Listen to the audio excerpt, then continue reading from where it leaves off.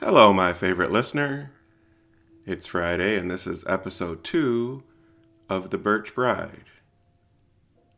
This is a Rust Belt Studio production. We have the two other shows, Mikey and the Garden Arch and The Engine of War. Both of them run every other Tuesday opposite each other. They are both fantasy-based stories. Mikey's more of a hero quest. Engine of War is more of a gritty kind of social drama. Now, settle in. The show is about to start.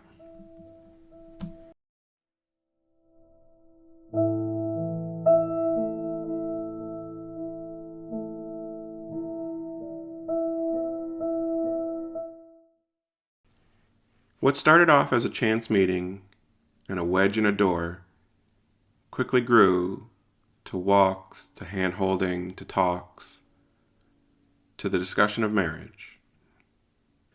Augustine and Marcel evolved. Their walks changed as they changed. First, it was the paths that they walked. They would change those when feet had passed over them enough to make intention visible. And what once had been an exploratory settled into something with edges. They no longer wandered the outskirts of town as if discovering them for the first time. They walked with purpose now, circling what would need to be finished before the season turned again. The ceremony itself was small and brief. There were witnesses because witnesses mattered, but no one mistook the event for celebration. Augustine wore a dress she already owned, and Marcel wore the coat he used for town. Words were spoken because words were required. Hands were joined because that was how the thing was made official, and Francois stood near enough to see that nothing was rushed, but nothing was theatrical. When it was finished, it felt less like the beginning than a turning of a hinge quietly into place. They returned to walking the following day. Augustine spoke first, as she often did when something practical needed saying. If I write to Grand Marais now, they will still be planning for the fall. Marcel nodded. He had mentioned the place once before, and she must have remembered it from their walks together. I can go ahead, find ground, and start something. Augustine smiled at that, not because it was romantic, but because it was exactly what needed done. That's what I thought. I'll secure a post and you make a place for us to be. The plan settled between them without friction. There was no sense of one being left behind or one being sent away. They were simply dividing work according to strength and timing, the way any good household did when there was more to be done than one pair of hands could manage at once. Marcel felt something then that surprised him. A quiet pleasure, like discovering a tool he hadn't known he'd owned. He had never expected a life that required too much planning. He had never avoided it either. It simply hadn't looked for him, and he hadn't looked for it. Now here it was, shaped by a woman young enough to have learned things he didn't, strong enough to know when to use them, and unafraid to treat him as a partner rather than a guide. He looked forward to that. That evening, Augustine wrote her letter, and she did not dress it up. She stated her education plainly. She named her intention to teach. She made clear her availability for the coming term and asked whether her skills would be of use to the community. When the reply came, it too was brief. Yes, a teacher would be appreciated, and yes, arrangements could be made. Augustine read the letter once and folded it carefully. She did not laugh or cry or call for her father. She noted the details, adjusted the timeline in her head, and began sorting what she would need to take with her when the time came. Marcel watched her do this from the doorway. He had lived his life responding to seasons, not planning them entirely. He had trusted that the line would hold if it was set right, the shelter would stand if it was built correctly. Watching Augustine move through that same logic, applied not to wood and weather but to people and institutions, felt like seeing a familiar pattern rendered in new material. The next morning, Marcel packed. Not everything, only what would be needed, his knife, his traps, tools enough to begin, and the small tintype taken the day after their wedding. Himself stiff and unused to being recorded, Augustine steady beside him, her hand resting lightly on his arm, as if it had always belonged there. She pressed the photograph into his palm before he left and told him that it was a reminder of what he was working toward. Marcel closed his fingers around it and nodded, and he leaned down. He kissed his wife, and by midday he was on the road west. The river ice already thinning behind him, spring pressing forward whether anyone was ready or not. The world fell away behind him, and the crossings, the locks, the familiar noise of trade and movement. Here, the lake stretched wide and unbroken, a long, cold presence that did not bother to narrow itself for men. The wind came cleaner off the water. Sound carried further and meant less. This was a place where distance mattered.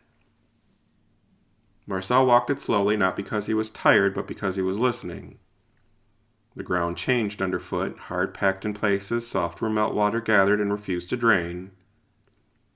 Birches gave way to pine, then returned again in small stands, the trees spaced far enough apart to let the light through without surrendering shelter. He tested the land the way he tested a line, quietly and with attention. When he found the place he wanted to set his traps, he knew it immediately, not because it was perfect, but because it would hold. The slope was right, the water ran away instead of pooling, the wind broke against the trees instead of cutting straight through them. Animals would pass here and men would not, often.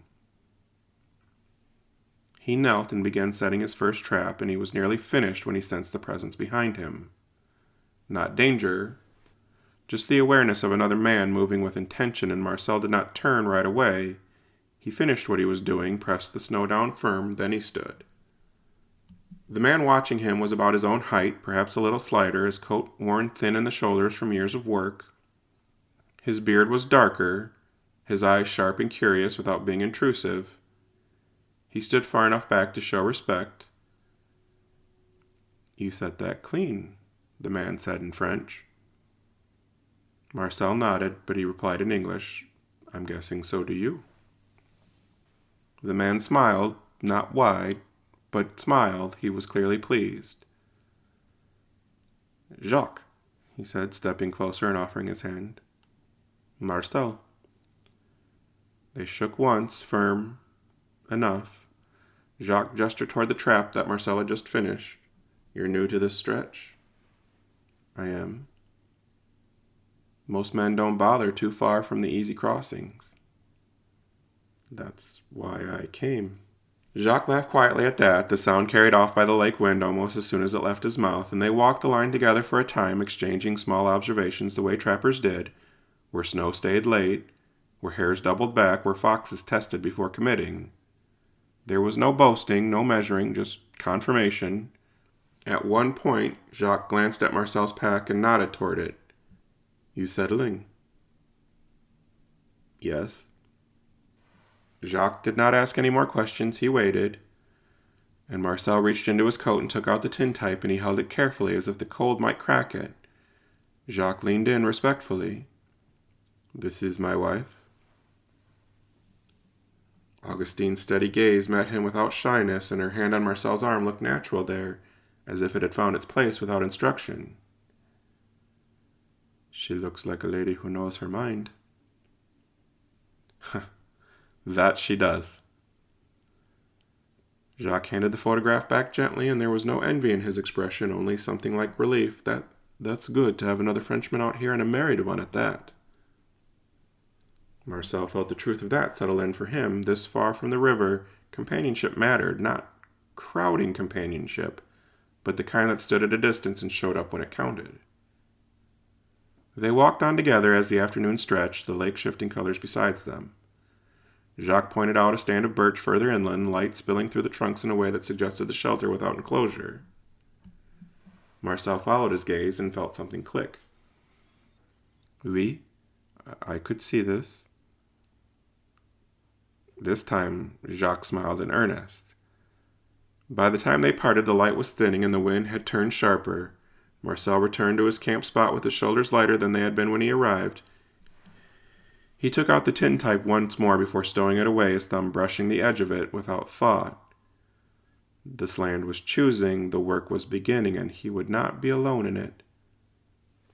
The next day, Jacques returned, and they settled into work without naming it work. Trees were felled when the ground sloped correctly, and logs were trimmed and notched with care that came from habit rather than pride. Jacques swung his axe the way men did when they learned to let the tool do most of the talking. Marcel followed behind him, fitting and setting, making sure each course rested clean and true. They did not rush, they could have, but neither of them was interested in something that only stood because it had been hurried into place. By the end of the first week, the outline of the cabin had announced itself, 4 walls still low but rising, a shape that caught light differently than the trees around it. The work changed then, not in difficulty, but in feeling. Once there was a shape, there was something to return to each morning. They ate when they were hungry, they slept when they were tired, and they talked when it made sense. Jacques learned quickly that Marcel carried his knowledge lightly. He did not explain unless asked. He did not insist his way was the only way. He simply did things the way he knew, the way he was sure they would last. And Jacques, who had seen plenty of men build fast and wrong, recognized the value of that immediately. When Jacques asked why a notch was cut deeper on one side, Marcel would answer simply, "So it doesn't work loose." That was explanation enough. They set the roof before the weather could fully remind them why it would matter. Poles were hauled, fitted, lifted, and when the first covering went on and the interior darkened into something that felt like shelter instead of suggestion, Jacques let out a breath he hadn't realized he'd been holding. Feels different. Oui. They began finishing work then, the chinking, a door that closed properly, a sleeping platform raised just enough to keep the cold from creeping up through the ground. Marcel's pegs and wedges appeared without ceremony, set where they were needed, trimmed, flush, left unmarked. Jacques noticed, but he did not comment. In the evenings, when their hands were too tired to keep working and the light slipped long and low through the birches, they sat and ate and let the quiet settle around them. The lake breathed nearby, vast and indifferent, and smoke rose straight more often than not. Jacques found himself talking then, not complaining, just speaking into a space that did not hurry him. I never thought that I would stay. Came out here thinking I'd make enough to head back east. And then leaving just never came along. Marcel took the tintype from his coat and set it beside him on the log they used as a bench. You're a lucky man. Oui, I am. If I ever find a woman like that, I'll expect you to come help me build a house. Marcel smiled and nodded. And I would. The promise settled between them with the same weight as any beam that they had set that day, not grand, not binding, simply understood, and by the end of the second month, the cabin stood ready to be called a home, not finished, but sound. The roof held, the door fit, the stove drew clean, the shelves were set where Augustine's books would go. Marcel stood in the doorway one evening and tried to remember the life he had lived on the Canadian side of the Sioux. He could recall the shape of it, but this was different. Here, he had a wife waiting, a house that would receive her, and a friend who knew how the place had been made. He took out paper and wrote the letter carefully, his handwriting deliberate, each word chosen to say exactly what it needed to and no more. Come west. The house is ready. I am ready. When he finished, he folded it once and handed it to Jacques the next morning to send along with the supplies. Jacques clapped him once on the shoulder firm, told him that she'll like it here, and headed into town. And for the first time in his life, Marcel Emery stood inside something he had built and felt not pride, but belonging. Augustine arrived 2 weeks after the letter had been sent. Her carriage came west along the shore road in the late afternoon, its wheels raising more dust than noise. It was not ostentatious, but it was unmistakably paid for. Francois Tremblay had been practical enough to understand that a woman traveling alone needed protection, and wealthy enough to ensure it was handled without fuss. Jacques saw it first, and he straightened where he stood near the edge of the clearing, axe resting against his shoulder, and let out a low whistle. Marcel did not answer. He had already set the tool he was holding aside. He stood very still, as if the motion of waiting itself required concentration. The carriage stopped short of the cabin. The driver climbing down to set the brake, he did not linger. This was not a place that required explanation. Augustine stepped down on her own, skirts gathered, boots sensible and already dusted with the road. She did not look around wildly or hesitate. She took in the clearing the way she took in a classroom. Marcel crossed the distance between them without rushing. She smiled when she saw him, the expression familiar now, settled rather than bright. He reached for her hands and felt, with a quiet jolt, that they were warmer than he remembered. You made it. Yes. It seemed further than it looked on the map. Jacques had come up and cleared his throat politely, and Marcel turned. This is Jacques. He helped me build.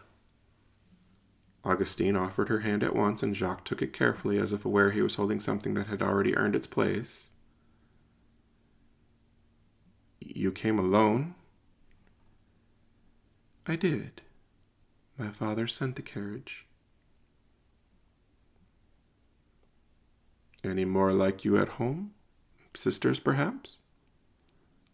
Augustine laughed, surprised and pleased by the ease of it. No, sisters. But I'll ask if he plans to start again. Jacques laughed too, genuine and unguarded, and Marcel felt something settle further into place. This easy exchange was what he had hoped for without knowing how to name it. They brought her inside. The one-room cabin was cool and clean and smelled faintly of fresh-cut wood and smoke. Light came in through the small window in steady bands, catching on the pale grain of the walls.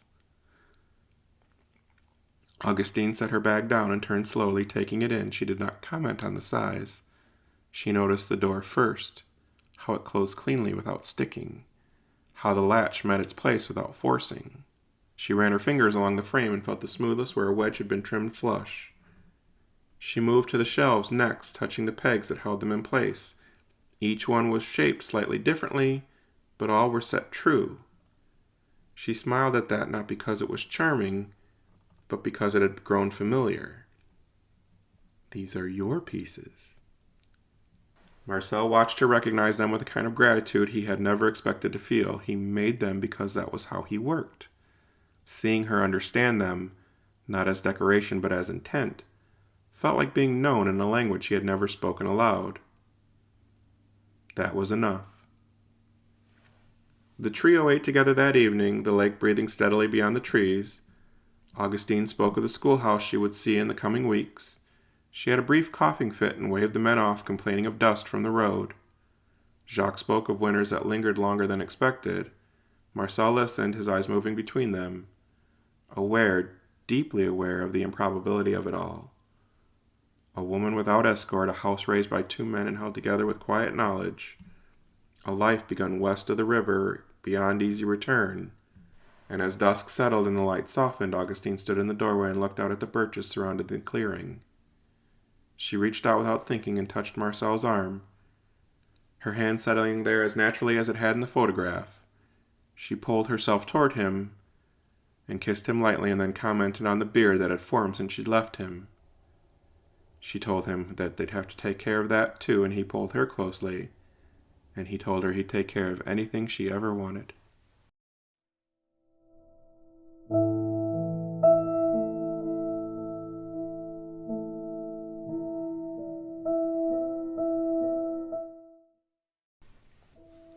Hello again. Thank you for listening to this episode of Into the Dark of the Woods. It's a Rust Belt Studio production, and it was written and performed by Brian Foster. You can catch this and all of our Rust Belt Studio productions wherever you get your favorite podcasts, and the listens go a long way. Liking helps. Sharing it with someone who appreciates a great story always goes a long way. If you'd like to do more, you can join our Patreon, and the link is in the show notes below.